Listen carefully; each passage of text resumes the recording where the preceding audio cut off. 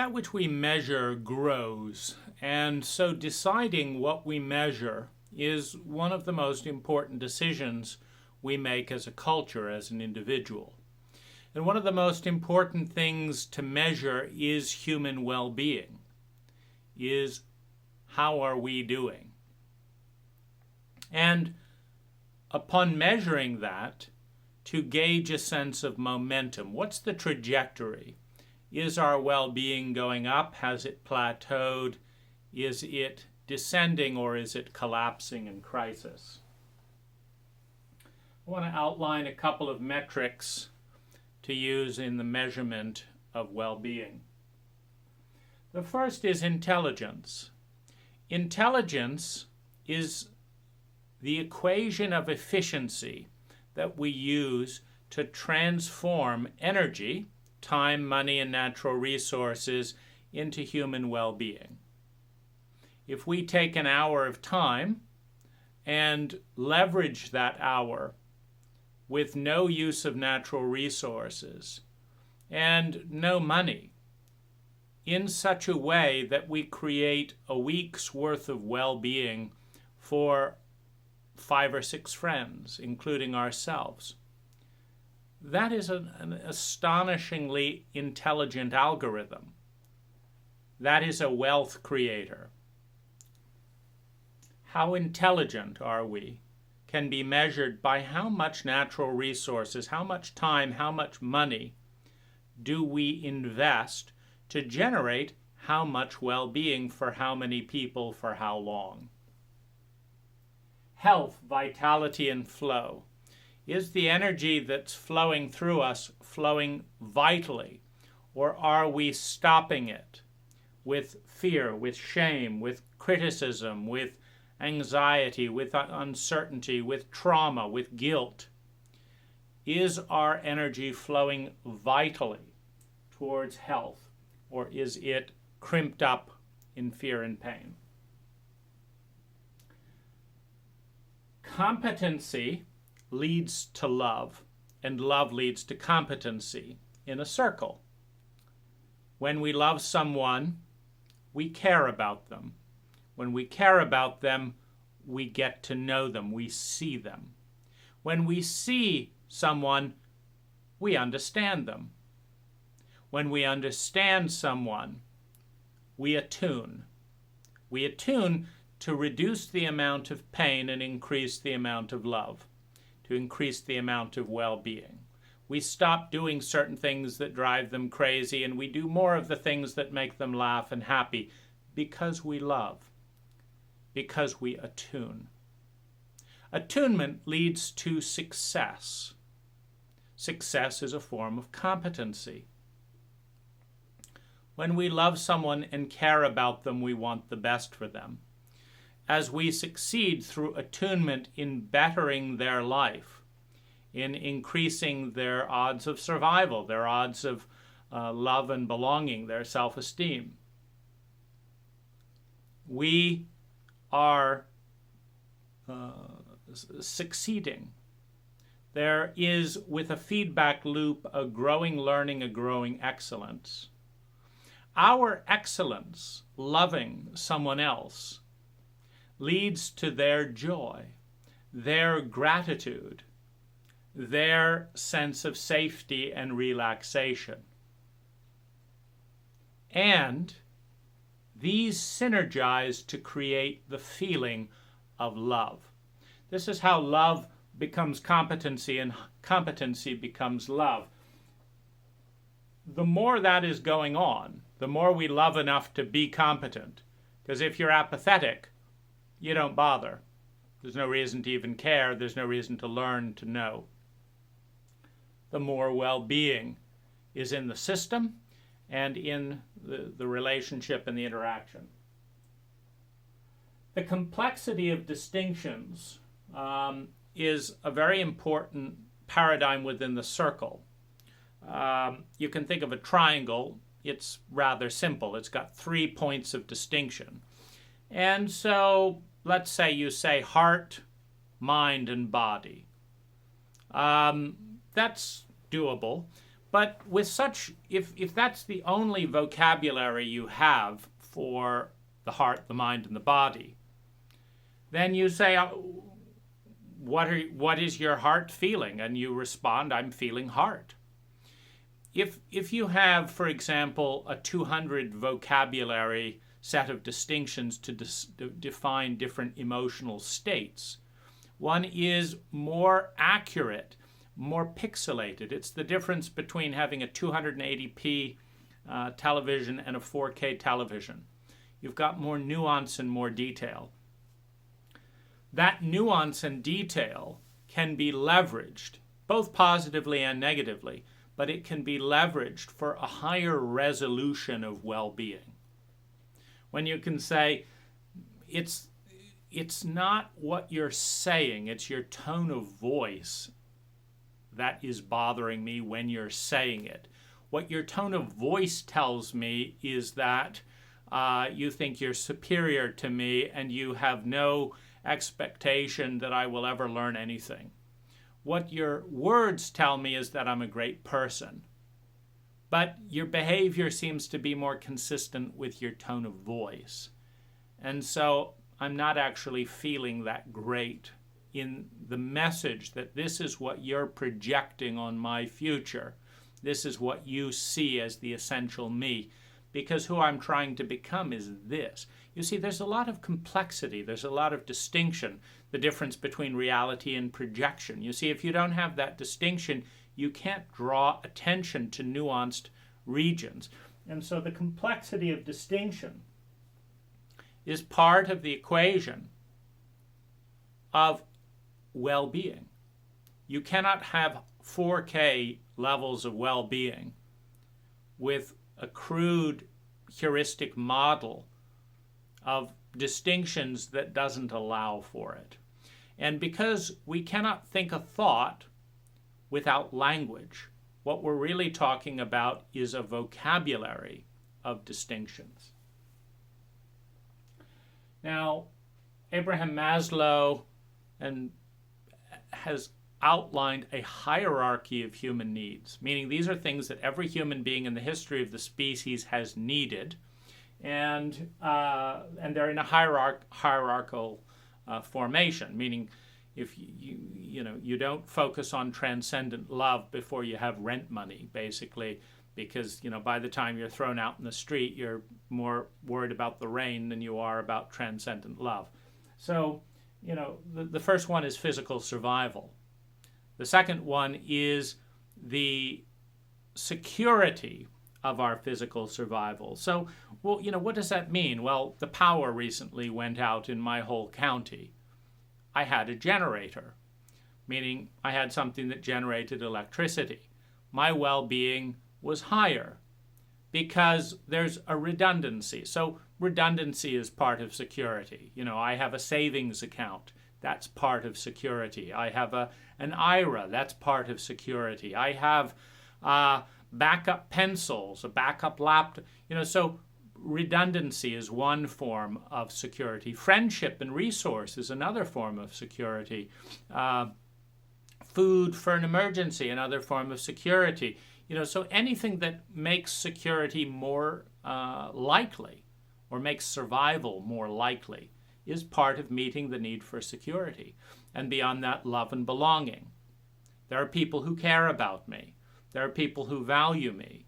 I value myself. I love myself. So this is a need.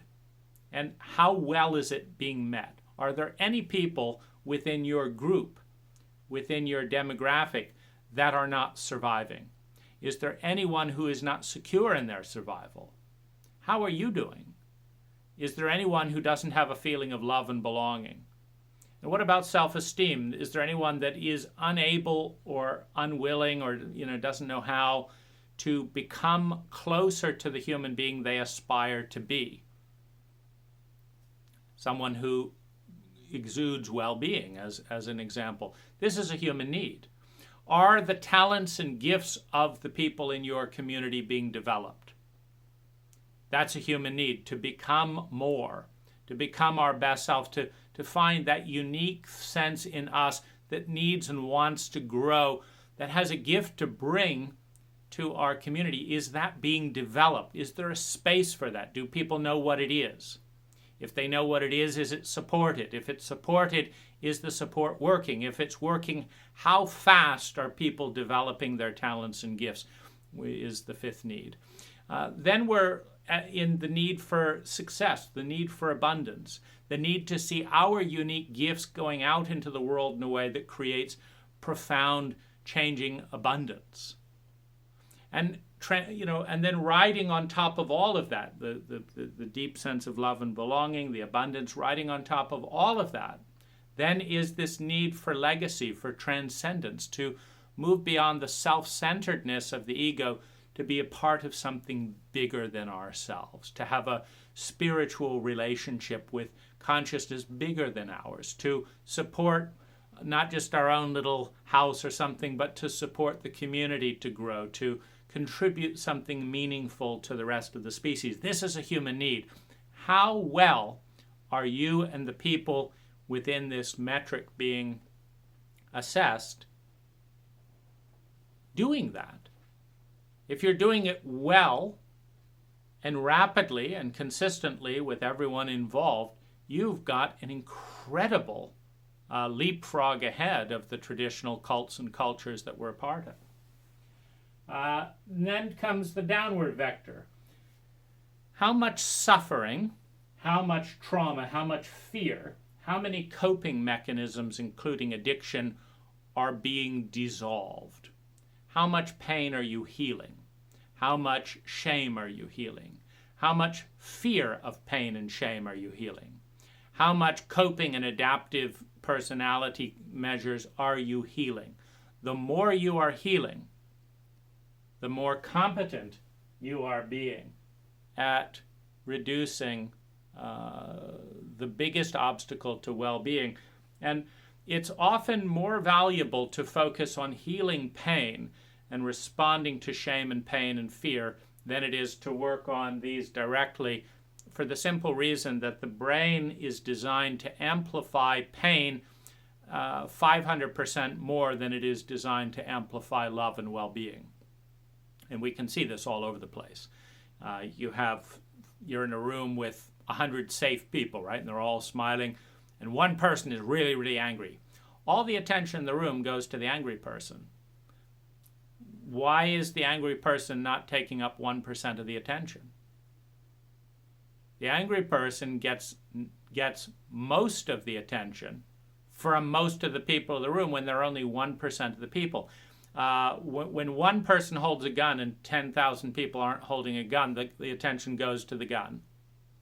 When there's one snake in a whole river, your eye goes to the snake, not to the whole river. We focus on the negative as a strategy of survival. Now, what this means is that if there's one terrifying thing in your life and you can resolve it as a community, as an individual, you can enjoy all the well-being that's there. Because 99% of those people are happy. 99% of your life is going okay. But there's this one thing. If you can heal that, then your attention returns to the positive majority of data and experience. So, you track that by listing all the pain, shames, and fears, etc., and coping mechanisms in each person in your group's life. And what levels are they at, 1 to 10, around what? And you track that week by week. Is it going down? Is addiction going up? Is it going down? Is lying going up? Is lying going down? Is betrayal going up? Is it going down? Is incest going up? Is it going down? Within your demographic, your measure of well-being, as well as your measure of intelligence, is how competently you are reducing those pain points. Fear is built on top of pain. You have pain, and that doesn't feel good. And if you don't know why it doesn't feel good, or you feel powerless and helpless because you're a child and you're being bullied by your parents, then you expect naturally that will happen again. Because you couldn't stop it the first time, so how are you going to stop it again? It's going to be years before you can leave home and do this. So now you've got fear of the bullies coming back because they do. And so now on top of pain, you have fear.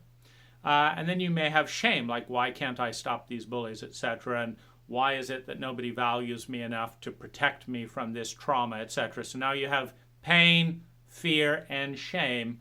And that's a lot of pain. If you can reduce that by precluding the causes and by healing it when it emerges, you are more intelligent than if you cannot. That intelligence is a measure of well-being, as is the rate at which pain is going down within your demographic.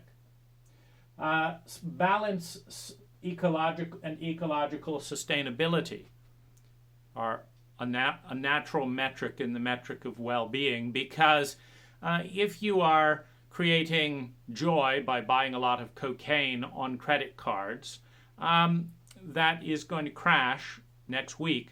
Well, it's not a very sustainable relationship with well-being, because, once you've got $20,000 of credit card debt, once you've been fired because you've been busy snorting cocaine, once your body becomes immune to the cocaine, so you need more and more cocaine to get the high, well, that's not as intelligent as doing a yoga practice that doesn't yield as much initial high, but that helps you be a better employee, get a raise, start a business,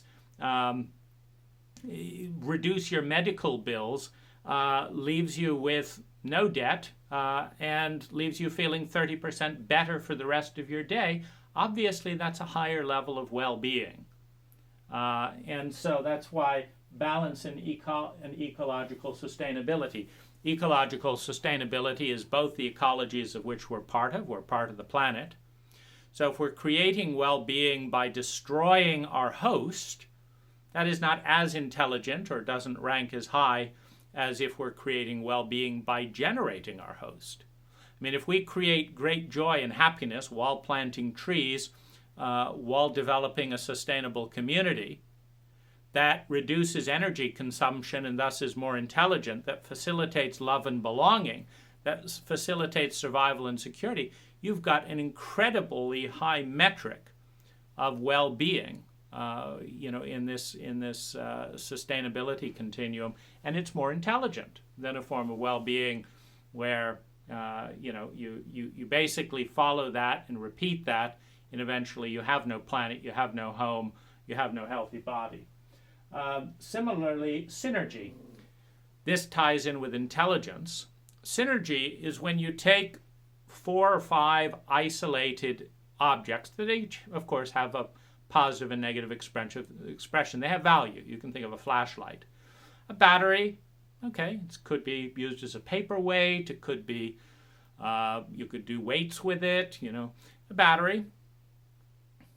A light bulb, you could break it open and make a little knife with it. You could do various things with a light bulb. You've got a bit of wire. You've got a tube. You could look through it and focus on objects. You've got the tube, and then you put it all together, and you touch the wire to the battery, and you have light. And now you can see at night. And that is a transcendent moment, to be able to enter half of the timescape that wasn't enterable, and to go into a cave and not be dependent. We've got freedom around time. So there's a synergy. There's a release of possibility that is far bigger than the individual possibilities by the individual objects. Now, the reason that synergy is so important when it comes to measuring optimum well-being in the context of intelligence is the efficiency with which energy is transformed into human well-being. And the mathematical rule of synergy says that the more people are consciously collaborating in a paradigm of love and well-being, the bigger the synergy is. And the bigger the synergy, the more efficiently energy is transformed into human well-being. Meaning, if you've got 6 people, all working and forming a company, the company they create may be 50 times more productive than the company one person could create. You're really good at bookkeeping. You do that. I'm good at, marketing. I'm really good at art, but I'm not good at bookkeeping. You bring people together. And the more people you bring together in competent, loving partnership, the more synergistic potential is released mathematically. So you cannot help but up intelligence, because the most intelligent group of people synergize. The most dysfunctional group of people sociopathically pathologize, and it's it's everyone against everyone else. And it's the weakest form of culture. Next comes integration. If you've got a culture where we say, here, let me take this tax money from you out of love or whatever, and you've got everything cross-wired where your government is going to put you in jail for your own good. If you take marijuana, like marijuana is bad for your health, we're worried about you. We're really worried about you. So you smoke a joint, and we can't have that. Look at all the damage you're doing to your body. We're going to take you to a concrete cell, and we're going to spend $1 million of taxpayer money locking you up for 10 years, $100,000 a year. That's how much we love you and care about you. There's no integration. It's like, that doesn't sound very loving. Seems like there's lots of things you could do for $1 million. If you were really worried about their health, why didn't you give them a gym certificate for $100 a month rather than spend $100,000 a year doing this and that? And so you don't have integration. You have insanity. Your parents hit you for your own good. Your best friend humiliates you to whatever. It's a very, very insane dynamic. And before you can have flow and growth and intelligence, you've got to have things connected. You can't have a switch on the wall that says garage door opener, and you switch it, and the barbecue starts. And then you see this other one that says barbecue, and the garage door opens. You've got to have an integrated map of reality where things have something to do with one another. You don't. If one person calls eyes table and the other one calls table eyes, it's too crazy. So the level of integration of heart, mind, and body, past, present, and future. When someone says stealing is bad, and then they steal from you, and then they say, well, generally it's bad, but I stole from you for a good reason, and so stealing is bad except when I do it. It's a weaker form of integrity.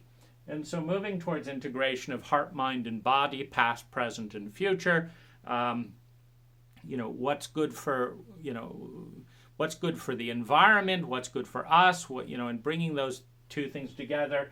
Again, the more integrity there is in the ecology, the better and the more conducive, the stronger the metric of well-being.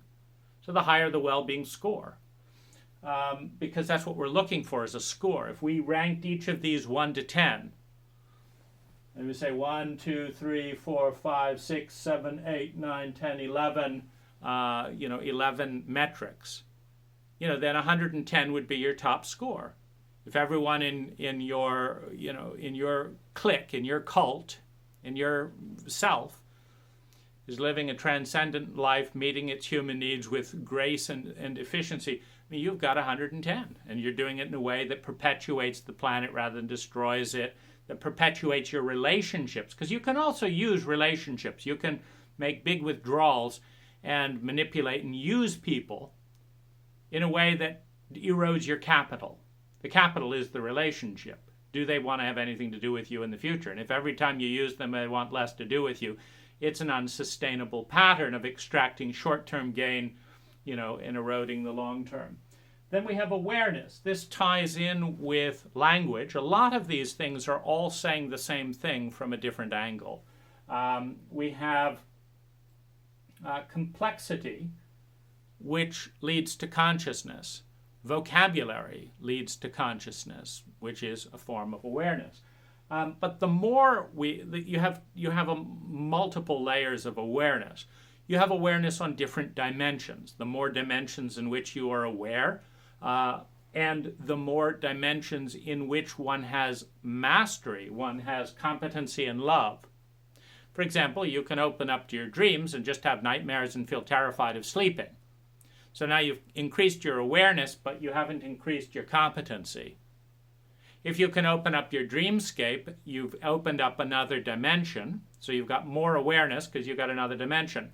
If you can develop competency out of love, I love myself enough to read the dream books, to try this, until I can fly in my dreams, until I learn great insights about my life, until I see illnesses before they're forming in my body and do something about it. Now we've got love becoming competency in a new arena, and through the dreamscape, I'm able to create greatly more intelligent and graceful well-being for myself and those around us. Then we have freedom, power, and possibility, which go hand in hand. Freedom is power. Power is freedom. Power is the ability to act. Freedom is the freedom to act. You cannot have power and freedom without possibility. You cannot have the ability to act if it's impossible to act. I mean, if you're in a framework, in a reality in which concrete can't be cut through and you're in a block of concrete and dying at a rate of 10% per second, the amount of freedom you have in solid concrete in a human body is not all that much. But if you have the combination of exposure to a very large possibility field with competency and love, with power and freedom, you have independence, and you also have a statistically very high probability field of well-being. Because if you've got love and competency and a large possibility field, you combine those to pick what might be called the most luminous possibilities in that possibility field. So you've now, you're going to use that freedom. I mean, plenty of us use our freedoms without competency and without love to create all kinds of messes. But combined with competency and the love to become more competent and the competency to be more loving, meaning the most competent thing you can possibly do is create sustainable well-being. There's nothing more competent than that. And it's where intelligent people end up with enough trial and error. You try this, it's painful. You try this, it's even more painful. I don't like pain. I like feeling good. Well, you try this and it feels good. Well, what is it that feels so good? It's sustainable loving. It's developing competency. It's creating sustainability. It's creating a beautiful future so that you can have hope for the beautiful future you're creating. So you have freedom, power, and possibility. If you measure your power, do you have more choices this year than you had last year? No, I'm getting older and older, and nobody's hiring old people, and I'm learning less and less. I'm forgetting things. My power is going down every year. Well, it's less. You rank lower on that well-being metric.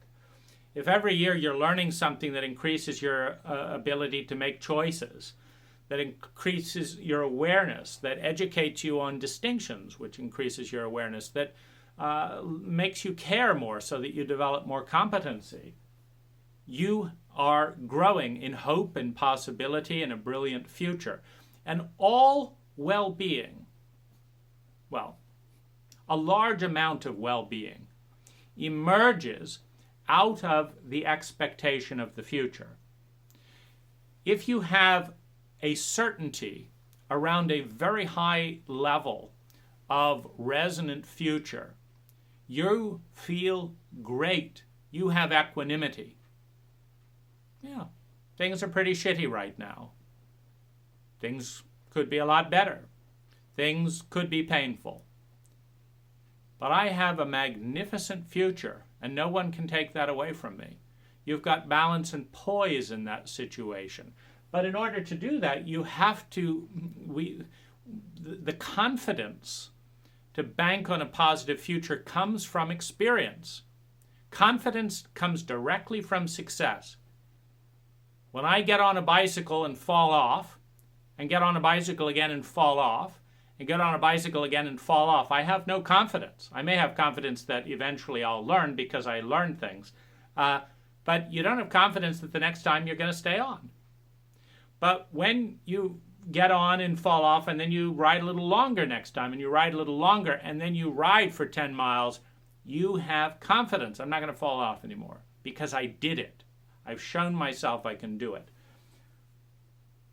When we have confidence in a brilliant future, by doing a brilliant present and projecting that into the future, we have hope, we have trust, we have love, we have gratitude, we have joy, which enriches the present moment, which escalates those levels of well-being and gives us resiliency and poise and stamina in the face of trauma, shock, and adversary, and adverse interactions.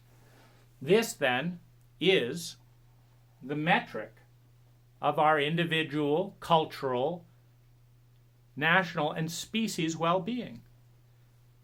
How many people are developing large amounts of well-being for themselves and others per unit of time, money, and natural resources? And how many people are consuming vast amounts of resources to be miserable? 1 to 10. Imagine yourself with boundless, excited, enthusiastic energy, and then look at where you are now, 1 to 10.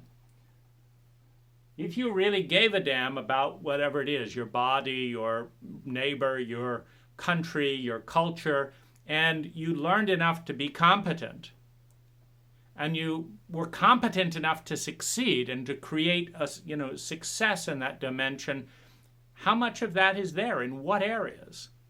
Oh, I'm really good at driving radio-controlled cars, but I don't have a clue about local government, don't want anything to do. I don't love my city enough to want to be involved in anything, and I certainly don't love it enough to become competent. And so it just kind of does its things, and I don't really like it, and maybe it doesn't really like me, and who knows. So 1 to 10. How much distinctions, how many things do I know how to say, and how many things I know there's something to say, I just have no idea how to say it. Well, in not having an ability to say it, you're also not having an ability to locate other people and partner in those very nuanced areas, so it gets a lower well-being rating. Human needs. Is my survival absolutely taken care of? Am I certain I will survive physically?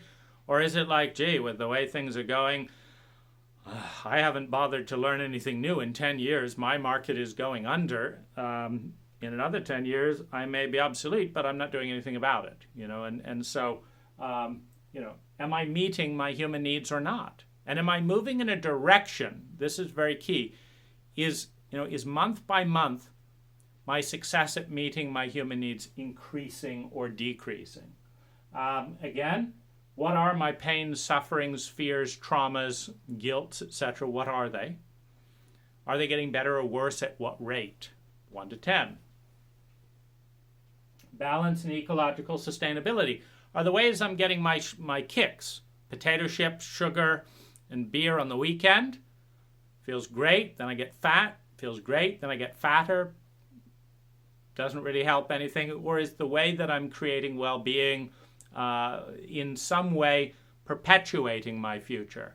Ecologically, within my own body, within the larger community. Then we have synergy. How much am I synergizing versus saying I don't do anything with other people, I'm a lone wolf? How much are we synergizing to create something bigger than the individual could create? You can have negative synergies as well. You can have groups that basically crush everyone's creativity involved, and you all could have done much better things with much more enjoyment on your own. So it's not a codependent dysfunction, and it's not just everyone doing their own thing with no synergy.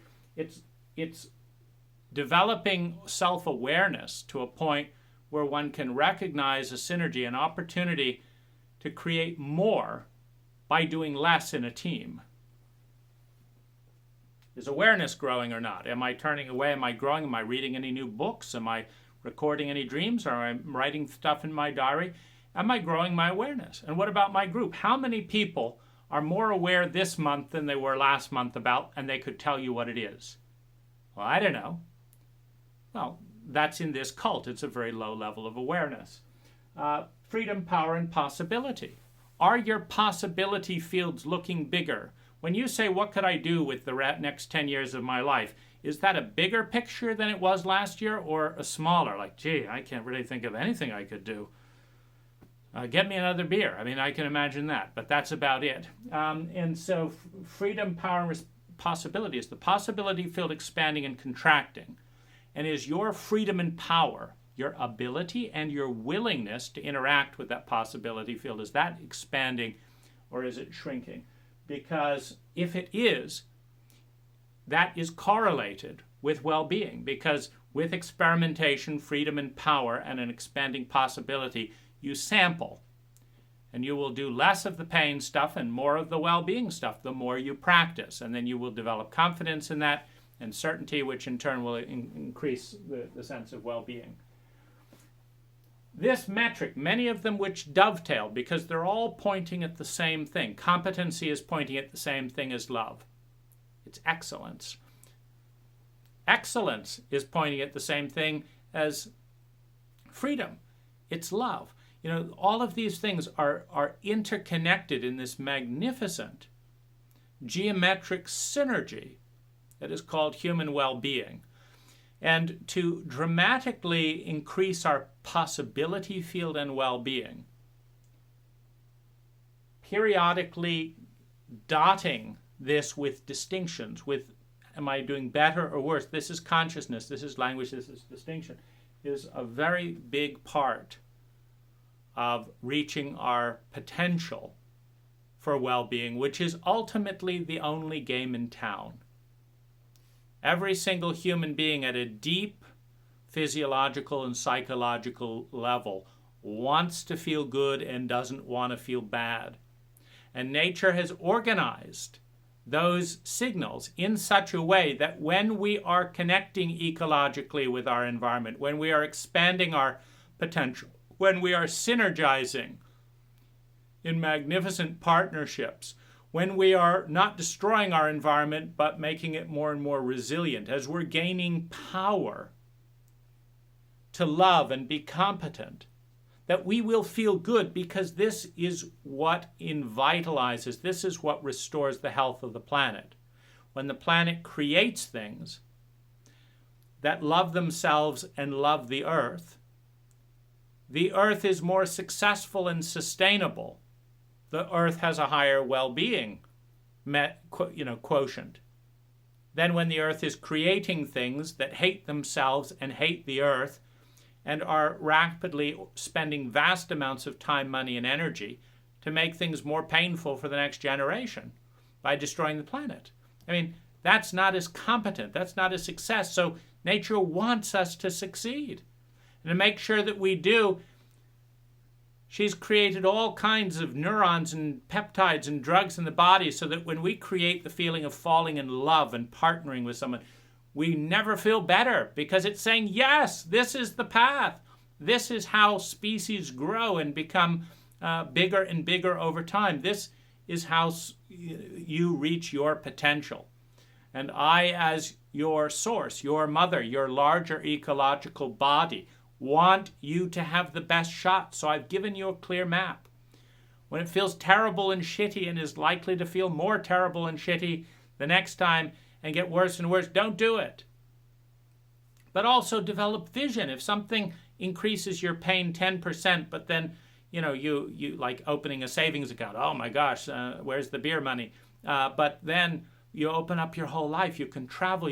Well, then make the sacrifice. Again, nature gives us eyes. Nature gives us media. Nature gives us communication to look around and say, wow, the people who saved up and did long-term visions seem to be generally feeling more, excited than the people who never had a plan, never thought about it, and just ate, And so we've got the feedback. It's all coming in all around. This feels good. This feels bad. This feels good. And what's good, what is sustainably good, is competency. And what is competency is sustainably good. If it's not sustainably good, it's not competent. Because if you ask a mechanic to fix your car and one guy fixes it so it lasts for an hour, not sustainable, and the other guy fixes it so it never breaks again, sustainable, who are you going to go to? You've got a higher level of well-being when it's It's when you are sustainable. So this is the metric. And it's my belief that if a metric of this nature, and this could have been phrased, 100 different ways, all of them right, all of them with various pros and cons. When we start to measure well-being physically, emotionally, mentally, and ecologically, in the past, present, and future, and responding to that data, the explosion of exponential well-being and intelligence for this species will go up tenfold. We don't have to wait for everyone else, though. We can do it today. And we can seek another person to explore with, to be well-being buddies with, to be growth buddies with today. And we could find another one and maybe find a synergy where you do this and we do this and our group is like this because we partner in this way. This is one of the most competent and loving things that we can do as a cult, as a culture, is measure these metrics of well-being and then pick the low-hanging fruit. We could do this one for free and suddenly we'd be more intelligent. We could solve your pain and trauma for free. We could actually save money helping you with your addiction. We could save money getting you out of prison and doing this and this and this and helping We've got so many ways to create so much more well-being than the cult has prescribed. And this is another variant. Are you dogmatic or are you intelligent? Intelligent constantly reassesses new data and formulates the equation. What's the most efficient way that I can take this moment, this money, this time, and create vast amounts of well-being? When that is a high thing, you've got intelligence. So I'd love to hear how you use this. I'd love to see what well-being you create. I'd love to see if you graph it out and do you measure yourself daily, weekly, monthly. Anything beyond a week seems a little bit hard to track, but many people have never done this once in their entire lives. And it's a lot more important than knowing whether you got an A or B in algebra. This is important. So good luck, and it's fun talking about these things. Final metric of well-being that I think is significant and occurred to me while resting after the video was the migratory transition from fear, shame, and pain to a joyful state with wonder, with innocence. Joy, wonder, and innocence, with a sense of beauty, truth, and goodness, are some of the highest states possible for us as human beings, as a species. And the human heart is an instrument. What the human heart is measuring is our beliefs, our current sensations, the messages within those sensations or patterns. For example, the message within being beaten is usually you're worthless, you're not safe, you're not lovable, etc. Because if you're safe and you're highly valuable and you're loved, you're not beaten. It's pretty simple. So if you're being beaten, there's an absence of that. And what the human heart does is measures sensations of that nature and then processes them through beliefs. This is going to go on forever. This is human nature, blah, blah, blah. I have a future filled with pain, worthlessness, and valuelessness. And this creates feelings of hate and pain and shame and fear.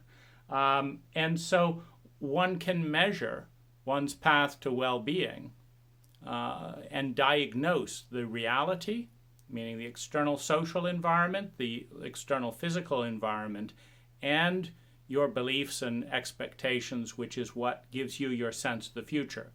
90% of what we are feeling right now, be it misery or large amounts of well-being, is predicated, is founded on what we expect to happen in the next second.